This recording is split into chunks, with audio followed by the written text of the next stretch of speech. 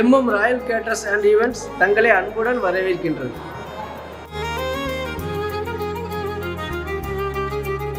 MM Royal கேட்டரிங்ல இருந்து ஒரு சடங்கு ஃபங்க்ஷனுக்கு நம்ம ஈவெண்ட் எடுத்துருக்கோம்.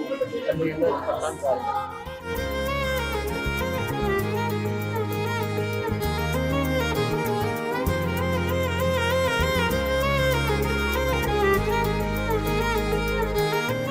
சுட சுட பிரியாணி ரெடி ஆகிட்டு வாசத்தோட பரிமாற